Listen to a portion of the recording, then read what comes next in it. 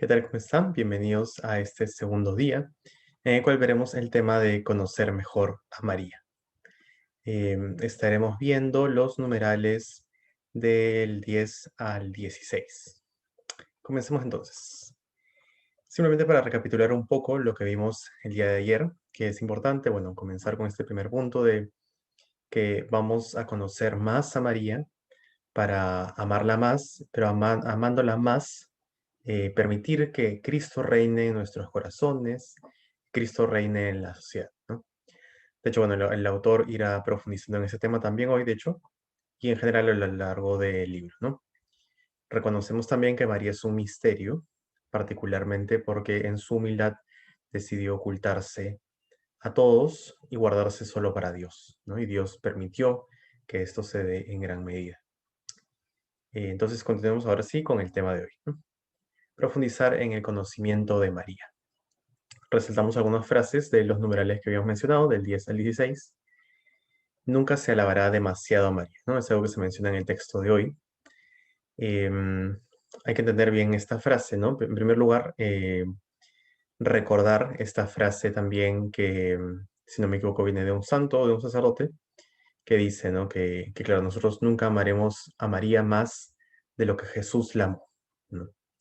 Nunca podremos amar a María ni venerarla, digamos, tanto como el mismo Cristo la veneró, porque es verdaderamente su madre, ¿no? Es carne de su carne. Em, entonces sí, ¿no? O sea, no nos deberíamos preocupar, de hecho, por amarla de más, sino más bien porque normalmente y probablemente la amamos de menos, ¿no? Igual, claro, recordar de que nuestra veneración hacia María también debe estar ordenada, ¿no? En el sentido de que siempre está la primacía de Dios y reconocemos que María es lo que es, claro, también por su libre y voluntaria respuesta a los dones que Dios puso en ella, pero probablemente en primer lugar por los mismos dones que Dios puso en ella, ¿no? Por cómo la diseñó, por cómo la creó, eh, por cómo la hizo, pensando en que también sería su madre, ¿no? Como segundo punto tenemos este, decir con el Espíritu Santo toda la gloria de la hija del rey está en su interior, ¿no? ¿A qué se refiere este punto? A que por fuera nosotros vemos grandes gracias, grandes virtudes de María, pero la verdadera gloria de la hija del rey, ¿no? Hablando de este rey Dios, ¿no? El rey del universo, ¿no? Bueno, igual, ¿no? Particularmente regresando a la persona de Cristo, pero en general Dios, em, esta hija del rey, ¿no? Que es María, guarda en su interior tesoros que nosotros no vemos, ¿no?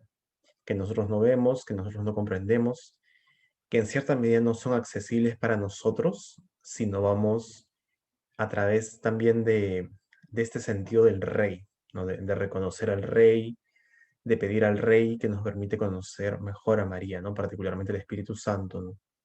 En esta figura de esposo de María que tiene también, ¿no? De ser aquel que permite que engendre al Hijo de Dios, ¿no? A Jesucristo. Entonces, bueno, el sacar de este punto el sentido de que hay grandes misterios maravillosos dentro del interior de María que no conocemos y que en este curso estamos llamados a conocer y que en general estamos llamados a conocer a través de la oración, ¿no? De esta profundización en quién era María, en cómo se comportaba, en por qué se comportaba, en qué siente el Inmaculado Corazón de María frente a diferentes circunstancias, ¿no? Un gran ejercicio en ese sentido es relacionado también a otro ejercicio, ¿no? Cuando queremos discernir algo, podemos pensar qué es lo que haría Jesús en esta situación, ¿no? Entonces también podemos pensar de la misma forma qué es lo que haría María en esta situación, ¿no? Si quieres comprender a la madre, trata de comprender al hijo, pues ella es la digna madre de Dios, ¿no? Una vez más, el autor, ¿no? Pone esta comparación entre el Hijo de Dios, Jesucristo, nuestro Señor, y la Madre, María, ¿no? Y es interesante, ¿no? Como plantea este sentido de que para comprender a la madre hay que comprender al hijo, hay que comprender a Jesucristo, ¿no?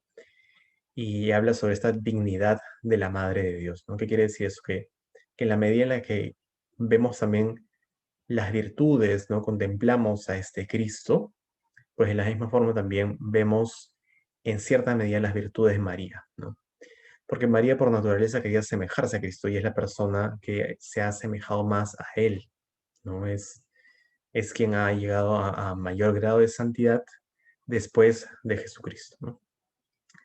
Entonces sí, nos entender que también, ¿no? Así como a través de María llegamos a Jesús, también a través de Jesús llegamos a entender mejor a María. Y este cuarto punto, voy a leerlo y luego explicarlo. Una de las razones por las que Jesucristo no sea todavía conocido como debe serlo es que, o porque, María permaneció hasta ahora desconocida.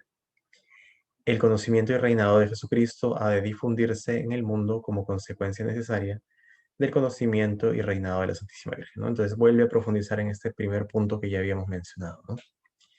Em, y resaltar este sentido, ¿no? De que lo que el autor afirma es que nosotros conoceremos mejor a Cristo, a Jesucristo, en la medida en la que conozcamos mejor a María, ¿no? Es como si hubiesen realidades de Jesucristo que tampoco vemos, que tampoco entendemos en primera instancia y que probablemente sí lo podríamos entender mejor a través de María, ¿no? No solo a través de su intercesión, claro que sí, y también, digamos, a través de una consagración a ella, pero también en la contemplación y en el entendimiento de quién es María, ¿no? De quién es María, qué es lo que siente, cómo conforma su corazón el corazón del Hijo, ¿no? En este sentido de que el Inmaculado del Corazón de María tiene el mismo sentir que el Sagrado Corazón de Jesús, no se preocupa por las mismas necesidades. Las necesidades del Hijo son las necesidades de la Madre, ¿no? Entonces, sino ir profundizando en esto, pedir la gracia, es parte de este conocimiento, parte de este camino de profundización en el conocimiento de María. Luego el autor en la misma línea nos habla de la necesidad, ¿no? Si utiliza esta palabra fuerte, importante, la necesidad del culto a María. ¿No? Y nos comenta de la siguiente forma: Dios no tiene ni ha tenido necesidad de María para realizar su voluntad y manifestar su gloria. Le basta querer para hacerlo todo, ¿no? Estos dos párrafos van juntos en realidad, ¿no? Ahorita voy a leer el siguiente. Eh, pero de alguna forma lo que trata de decir aquí es de que, claro, no sé, habiendo ya alzado mucho, ¿no? La dignidad de María, con gran verdad, ¿no? Sin exagerar de ninguna forma, pero con gran verdad, en este punto trata de esclarecer que, que Dios de forma explícita no tenía necesidad de María, ¿no? Pero quiso tener necesidad de María, ¿no? Que quiso, o sea, la forma en la que Dios se ha revelado a nosotros ha sido la más perfecta posible. Y en ese escenario más perfecto, ¿no? En este Dios que en su inmensidad podía imaginar como que todas las formas en las cuales se podría haber revelado a los hombres. Eligió la forma más perfecta y en esa forma perfecta estaba la encarnación de Cristo, estaba la función de la Virgen Santísima y bueno, todo lo demás que es propio de la revelación, de la encarnación, de la pasión, muerte y resurrección de nuestro Señor Jesucristo, ¿no? Entonces sí, ¿no? Dios no tenía necesidad de María, ¿no? Pero ha querido eh, utilizarse de ella, ¿no? Para poder ofrendarse al mundo, ¿no? Para poder encarnarse de forma muy concreta. Entonces sigue en el siguiente párrafo. Sin embargo, ¿no? Después de haber dicho, ¿no? Que Dios no tenía necesidad de María, ¿no? Sin embargo, habiendo querido Dios comenzar y culminar sus mayores obras por medio de María, es de creer que no cambiará jamás de proceder, pues es Dios y no cambia ni en sus sentimientos ni en su manera de obrar, ¿no? Entonces, ¿qué es lo que está diciendo aquí el autor, ¿no? San Luis María Griñón de Montfort? Que Dios que ha comenzado y culminado sus mayores obras por medio de María. ¿Y a qué se refiere estas mayores obras? Es particularmente a la nueva alianza, ¿no? Que se perpetúa en la ofrenda de Cristo, ¿no? Que ahora está a la derecha del Padre, intercede por nosotros y nos alimenta de su cuerpo místico a través de la Eucaristía. Eh, nosotros comulgamos, ¿no? De alguna forma es el cuerpo del Cristo glorificado que está a la derecha del Padre, porque hay un solo cuerpo, ¿no? Eso es un tema aparte, pero así tener esta conciencia, ¿no? Entonces, esta gran obra y todas las obras que provienen de la encarnación, básicamente, y de hecho, todo, por naturaleza, no solo el mismo Cristo, ¿no? Sino toda la santidad de la iglesia que proviene en consecuencia de Cristo. Dios ha querido comenzar y culminar estas obras a través de María, ¿no? Él eligió este camino. Entonces entendemos que Dios, que es firme en su proceder, ¿no? Que no es ambivalente como nosotros que decimos un día, Señor, te voy a entregar mi vida y al día siguiente pecamos por vez número 534 de lo mismo. Eh, Dios que en cambio es firme verdaderamente con lo que hace, entonces Él no podría elegir otro camino más que aquel que es más perfecto, que es María, ¿no? Para poder alcanzar todo lo demás a la misma iglesia, ¿no? Si ya ha culminado su mayor obra, ¿no? Jesucristo. A través de María, entonces el resto de sus grandes obras las hará también a través de ella, ¿no? Porque el Dios es por naturaleza el más coherente de todos, ¿no? Entonces su coherencia también se hará en dar este nacimiento a la iglesia a través de María, ¿no? Entonces, sí, no tomar bastante en cuenta este punto que menciona el autor para ir entendiendo, ¿no? Como ir masticando el valor de María en la iglesia, en nuestra vida, y cómo Dios quiere seguir utilizándose de ella, ¿no? Y eso se demuestra también en las diferentes apariciones de María a lo largo de la historia, ya después de la resurrección de Cristo, como Fátima, Nuestra Señora de Lourdes, Nuestra Señora de Guadalupe, etc. Y este es el punto con el cual vamos a terminar hoy, para no hacerlo demasiado largo. Bueno, este es un gran bloque de texto, es de hecho tal cual lo que está en el libro, pero me parece que está tan bien escrito que vamos a leer el texto así, tal cual, y después vamos a profundizar en algunas cosas sobre esto, ¿no? Este punto está relacionado a que Dios quiso valerse de María en la encarnación, ¿no? Está profundizando en este punto. Entonces menciona así el texto. Dios Padre entregó su unigénito al mundo solamente por medio de María, ¿no? Solamente por medio de María. Por más suspiros que hayan exhalado los patriarcas, por más ruegos que hayan elevado los profetas y santos de la antigua ley, durante 4000 años a fin de obtener dicho tesoro, acá podríamos decir nadie, ¿no? Nadie y solamente María lo ha merecido y ha hallado gracia delante de Dios por la fuerza de su plegaria y la elevación de sus virtudes. El mundo era indigno, dice San Agustín, de recibir al Hijo de Dios inmediatamente de manos del Padre, quien lo entregó a María, para que el mundo lo recibiera por medio de ella, ¿no? Como, o sea, ese es realmente ser una intercesora, ¿no? Entonces, ella en su pureza era capaz de recibir lo que era lo que es puro, ¿no? Que es Cristo, ¿no? En cambio, nosotros en nuestra impureza no podemos recibir directamente la pureza de Cristo.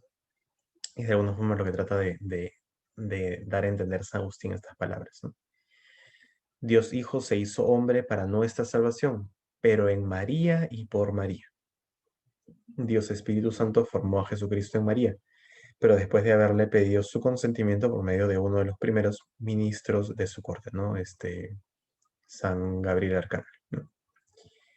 Entonces, ¿cuál es el sentido y el punto de este gran párrafo? Eh, lo que está tratando de comunicarnos el autor es que muchas personas durante, o sea, más o menos desde Abraham, entendemos, nuestros 4000 años, habían rogado porque llegue el Mesías, ¿no? El Mesías era algo que ya se había anunciado y que particularmente se anunciaba desde el exilio de Israel en este exilio de Babilonia, ¿no? Eh, Antes incluso se hablaba del Mesías, se hablaba de que vendría el Hijo de Dios, se le anuncia esto a David, ¿no? Como que no se entiende explícitamente, pero se va haciendo este anuncio del Cristo que vendrá, aunque en ese momento no quedaba tan claro, ¿no? Se hace este anuncio a David, se hace este anuncio a Abraham, y, y bueno, durante estos 4000 años, la plegaria de ningún patriarca, de ningún santo, de ningún profeta, de ningún varón ni de ninguna mujer fue capaz de traer, digamos, a este presente, al presente de ese tiempo, la encarnación del Hijo de Dios. Ninguno. Y solo cuando nació María, ella fue capaz, mediante sus plegarias y la elevación de sus virtudes, o sea, ella era tan pura que gustó al Padre y al Padre, o sea, a Dios Padre, y él accedió a enviar a su Hijo único. Naturalmente entendemos que Dios mismo ha creado a María, ¿no? Y que Dios mismo la, la puso en cierto momento de la historia, digamos, ¿no? En tiempos perfectos. Em, pero Dios mismo también reconoce que solo una mujer así de elevada, ¿no? Así de virtuosa, sería capaz de hacer que de alguna forma se rompa la realidad y se encarne Dios en el mundo, ¿no?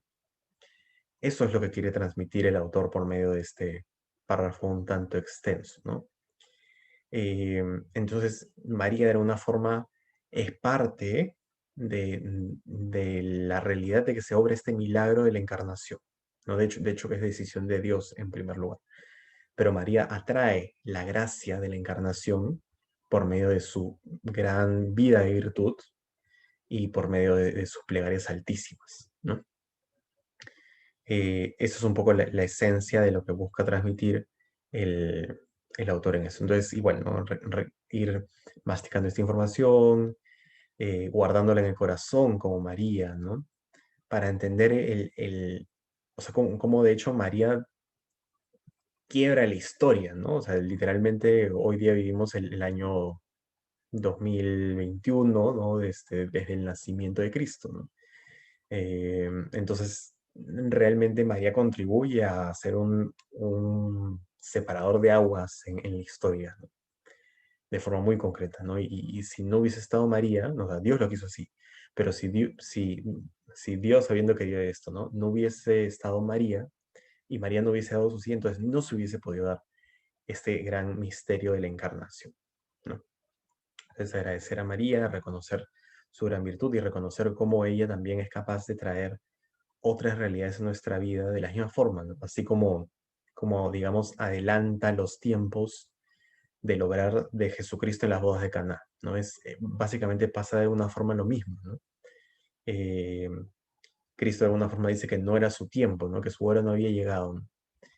Pero la plegaria de María es tan pura, ¿no? Es tan virtuosa, es tan humilde que Dios no se puede negar a ella, ¿no? Entonces, entender esto, ¿no? Ir entendiendo el valor de la intercesión de María y de cómo su intercesión accede para la humanidad y para mí, ¿no? Para cada uno de nosotros, grandes cosas. Entonces llegamos hasta aquí, no vamos a hacer el video más largo. Les agradecemos mucho por habernos acompañado y los esperamos en el día 3, el día de mañana. Cuídense mucho.